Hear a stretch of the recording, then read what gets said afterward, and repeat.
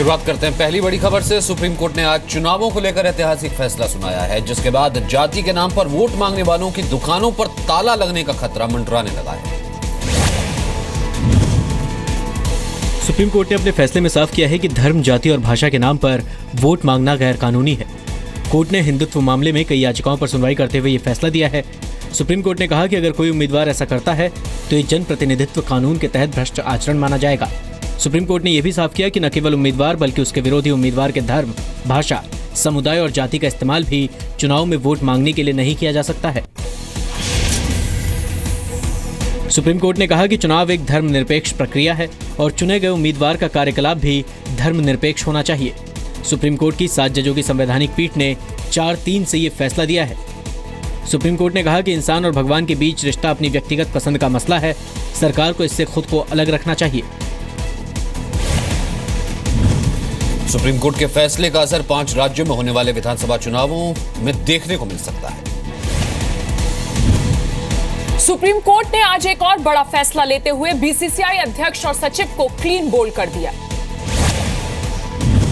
Supreme court ने BCCI अध्यक्ष अनुराग ठाकुर और सचिव अजय शिर्के को पद से हटाने का आदेश दिया। कोर्ट ने दोनों को लोढ़ा कमेटी की सिफारिशें बीसीसीआई में लागू नहीं करने का जिम्मेदार ठहराया। चीफ जस्टिस टीएस ठाकुर की अगुवाई वाली बेंच ने अनुराग ठाकुर से पूछा है कि उनके खिलाफ केस क्यों न चलाया जाए। जस्टिस लोढ़ा समेत सभी ने कोर्ट के फैसले को सही ठहराया है। सुप्रीम कोर्ट ने आज आदेश दिया है। अब उम्मीद है कि सुप्रीम कोर्ट का आदेश जो 18 जुलाई 2016 को पास हुआ और हमारी रिपोर्ट जो है वो अब क्रियान्वित होगी। अनुराग ठाकुर, अजय शिर्के दोनों नहीं बने रहेंगे। ये तो बहुत लोग नहीं बने रहेंगे, लेकिन इन लोगों के ऊपर कंटेम्प्ट और परजरी भी इनिशिएट हुआ है, जो सबसे बड़ी बात है। बीसीसीआई कह रही थी हम नहीं मानेंगे, वो गलत था, क्योंकि वो लोढ़ा कमेटी के रिफॉर्म्स नहीं रह गए थे। वो सुप्रीम कोर्ट का फैसला बन चुका था और सुप्रीम कोर्ट के फैसले को कोई मना नहीं कर सकता। बीसीसीआई के उपाध्यक्ष फिलहाल अध्यक्ष पद की जिम्मेदारी संभालेंगे और संयुक्त सचिव को सचिव पद की जिम्मेदारी दी गई है। बीसीसीआई में सुधार के लिए जनवरी 2015 में जस्टिस आर.एम. लोढ़ा की अगुवाई में 3 सदस्यीय कमेटी का गठन किया गया। 4 जनवरी 2016 को लोढ़ा कमेटी ने बीसीसीआई में सुधार के लिए कई अहम सिफारिशें रखी। सुप्रीम कोर्ट ने इनमें से ज्यादातर सिफारिशों को मंजूरी दी और बीसीसीआई से सिफारिश लागू करने को कहा। बीसीसीआई ने लोढ़ा कमेटी की ज्यादातर सिफारिशों को मानने से इनकार कर दिया। सुप्रीम कोर्ट ने बीसीसीआई को सिफारिश मानने के लिए 30 दिसंबर तक का आखिरी मौका दिया था। फैसले पर अनुराग ठाकुर ने कहा है कि अगर सुप्रीम कोर्ट को लगता है कि रिटायर्ड जज बीसीसीआई का काम अच्छी तरह संभाल सकते हैं तो मैं उन्हें शुभकामनाएं देता हूं। और इस वक्त की एक और बड़ी खबर आपको दे देते हैं। सुप्रीम कोर्ट के फैसले पर अनुराग ठाकुर की जो प्रतिक्रिया सामने आई है वो ये है कि कोर्ट के फैसले का वो सम्मान करते हैं। साथ ही उनका ये कहना है, जैसा कि हमने आपको बताया, कि अगर सुप्रीम कोर्ट को लगता है कि रिटायर्ड जज बीसीसीआई को बेहतर तरीके से चला सकते हैं तो वो उन्हें ऑल द बेस्ट कहते हैं। For me, it was not a personal battle. It was a battle for the autonomy of the sports body. I respect Supreme Court as any citizen should. Supreme Court judges feel that BCCI could do better under retired judges. I wish them all the best. PM Narendra Modi ने नोटबंदी की मियाद खत्म होने के बाद आज लखनऊ में आयोजित महारैली में विरोधियों पर बड़ा हमला बोला। पीएम मोदी ने रैली में जमा भारी भीड़ का हवाला देते हुए यूपी विधानसभा चुनाव में बीजेपी की जीत का भरोसा जताया और समाजवादी पार्टी, बीएसपी, कांग्रेस पर निशाना साधा। वो उत्तर प्रदेश को बचा पाएंगे क्या, जो पूरी पार्टी परिवार के उसमें लपट गई है? क्या वो उत्तर प्रदेश को बचा पाएंगे क्या, जो पूरी ताकत परिवार का क्या होगा उसमें लगे हुए हैं? दूसरा दल ऐसा है, वो इस चिंता में है कि पैसे कहां रखे, वो पैसे बचाने में लगे हैं। दूर दूर की बैंक खोज रहे हैं, जिन बैंकों में पैसे जमा करके निकल जाए, बच जाए। एक दल ऐसा है जो अपने बेटे को प्रस्थापित करने के लिए पिछले 15 साल से कोशिश कर रहा है। लेकिन अभी तक कहीं दाल गलती नजर नहीं आ रही। पीएम मोदी ने कहा कि यूपी में 14 साल में बीजेपी का बनवास नहीं हुआ बल्कि विकास का बनवास हो गया है। पीएम ने कहा कि पूरे जीवन में इतनी बड़ी रैली को संबोधित करने का सौभाग्य नहीं मिला था। पीएम मोदी ने साफ किया कि भ्रष्टाचार और काले धन के खिलाफ शुरू हुई लड़ाई अब नहीं रुकेगी। पीएम मोदी ने भ्रष्टाचार के खिलाफ छिड़ी जंग की वजह से समाजवादी पार्टी और बीएसपी के एकजुट होने का दावा किया। बीजेपी ने लखनऊ में पीएम मोदी की रैली के दौरान 10 लाख से ज्यादा लोगों के जुटने का दावा किया है। कल तक लखनऊ में चल रहा समाजवादी पार्टी का सियासी दंगल अब दिल्ली दरबार तक पहुंच चुका है। पार्टी के चुनाव चिन्ह पर दावेदारी को लेकर समाजवादी पार्टी के अध्यक्ष मुलायम सिंह यादव और यूपी के सीएम अखिलेश यादव के खेमे ने चुनाव आयोग से मिलने का समय मांगा है। चुनाव आयोग ने मुलायम खेमे को मिलने के लिए शाम 4:30 बजे का वक्त दिया है। विशेषज्ञों का मानना है कि विवाद बढ़ने पर चुनाव आयोग पार्टी चुनाव चिन्ह को फ्रीज भी कर सकता है। चुनाव चिन्ह है समाजवादी पार्टी पर, चुनाव चिन्ह है हमारे तस्कर पर। मैंने इलेक्शन कमीशन को पहले लिख दिया। नेताजी इस समय राष्ट्रीय अध्यक्ष हैं और आगे भी रहेंगे और हम नेताजी के साथ मरते दम तक साथ हैं। जब दोनों ही फैक्शन क्लेम करेंगे कि वही रियल पार्टी हैं, ऐसा होता है जैसे कि कई केसेस में पहले इलेक्शन कमीशन ने किया है कि जो मौजूदा सिंबल है उसको फ्रीज कर देते हैं, दोनों पार्टी यूज नहीं कर पाएंगी। चुनाव आयोग से होने वाली मुलाकात से पहले दिल्ली में मुलायम सिंह यादव के घर पर भी बैठकों का दौर जारी रहा। शिवपाल यादव, अमर सिंह और जया प्रदा उनसे मिलने पहुंचे। सबसे बड़ा सवाल यह है कि क्या साइकिल सिंबल रहेगा, किसके पास जाएगा, क्या अखिलेश गुट के पास जाएगा या मुलायम गुट के पास जाएगा। साइकिल सिंबल को लेकर सबसे बड़ा वार है और चुनाव आयोग हो सकता है इस साइकिल सिंबल को फ्रीज कर दे। पता नहीं उसके बाद क्या होगा, चुनाव में किस स्थिति होगी, कौन कहां रहेगा, कौन राष्ट्रीय अध्यक्ष रहेगा और कौन महासचिव रहेगा, ये आगे की बात होगी। इस बीच मुलायम सिंह यादव ने 5 फरवरी को बुलाया गया समाजवादी पार्टी का आपात अधिवेशन रद्द कर दिया है।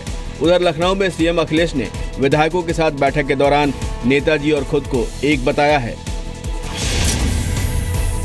चुनाव चिन्ह की दावेदारी पर चुनाव आयोग को फैसले में 5 महीने का वक्त लग सकता है। यूपी में विधानसभा चुनाव के लिए ज्यादा वक्त नहीं बचा है। ऐसे में दोनों खेमों को अलग अलग चुनाव चिन्ह आवंटित किया जा सकता है।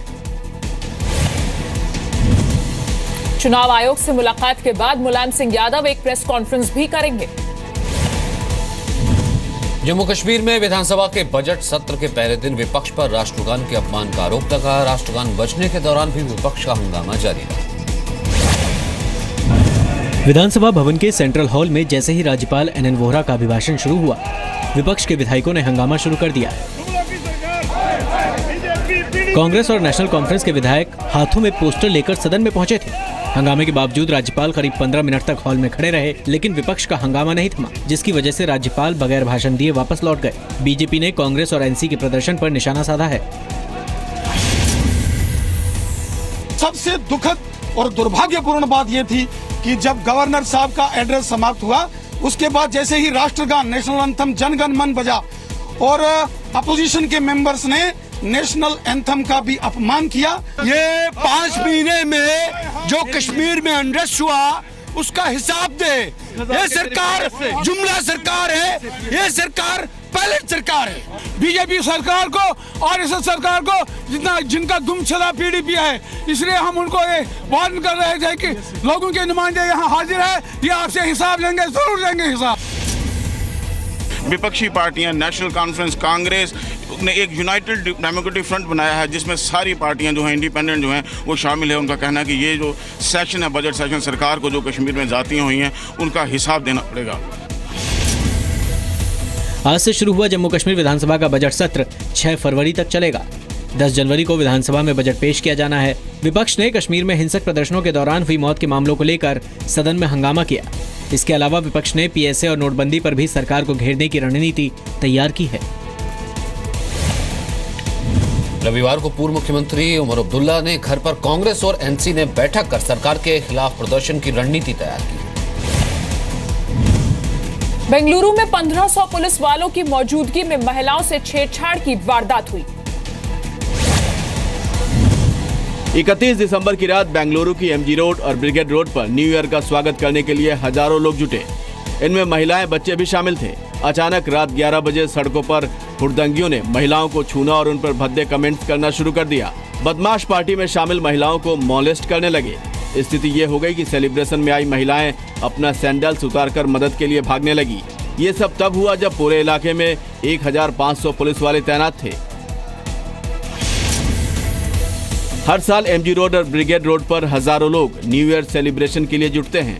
पुलिस का कहना है कि महिलाओं ने पुलिस से मदद तो मांगी, लेकिन इसलिए क्योंकि वो अपने परिवार वालों से अलग हो गई थी। चर्च स्ट्रीट पर तैनात एक महिला पुलिसकर्मी ने बताया कि कुछ बदमाशों ने एक महिला को नशे में देख उसके कपड़े उतार दिए और उससे छेड़छाड़ की। मामला सामने आने के बाद कर्नाटक के गृह मंत्री और डीजीपी ने आरोपियों के खिलाफ कार्रवाई का भरोसा दिया है। दिल्ली पुलिस में तैनात एक हेड कांस्टेबल ने सुप्रीम कोर्ट परिसर में खुद को गोली मारकर खुदकुशी कर ली। आज सुबह करीब 8 बजे सुप्रीम कोर्ट परिसर में अचानक फायरिंग होने से हड़कंप मच गया। कोर्ट नंबर जी के पास पुलिस पिकेट में तैनात कांस्टेबल शोर मचा रहा था। पुलिसकर्मी गेट की ओर दौड़े तो देखा कि हेड कांस्टेबल चांदपाल खून से लथपथ जमीन पर गिरे थे। चांदपाल के सीने में गोली लगी थी। हेड कांस्टेबल को इलाज के लिए अस्पताल ले जाया गया, लेकिन रास्ते में ही उन्होंने दम तोड़ दिया।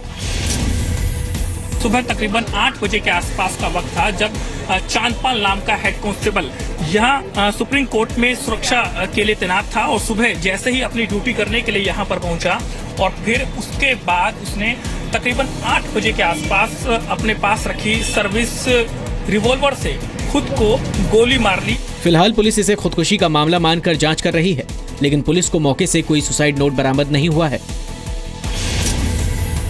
तो क्राइम टीम वहाँ उसको चेक करने के बाद बॉडी को भेजा गया हॉस्पिटल और हम लोग प्रोब कर रहे हैं कि इसका कॉज क्या है। हेड कांस्टेबल चांदपाल अप्रैल 2014 से सुप्रीम कोर्ट की सुरक्षा में तैनात थे। चांदपाल की ड्यूटी सुबह 7 बजे से दोपहर 1 बजे तक कोर्ट में थी। शुरुआती जांच के मुताबिक हेड कांस्टेबल ने अपनी सर्विस रिवॉल्वर से खुद को गोली मारी। पुलिस मृतक हेड कांस्टेबल के परिवार से भी खुदकुशी की वजह जानने के लिए पूछताछ कर रही है।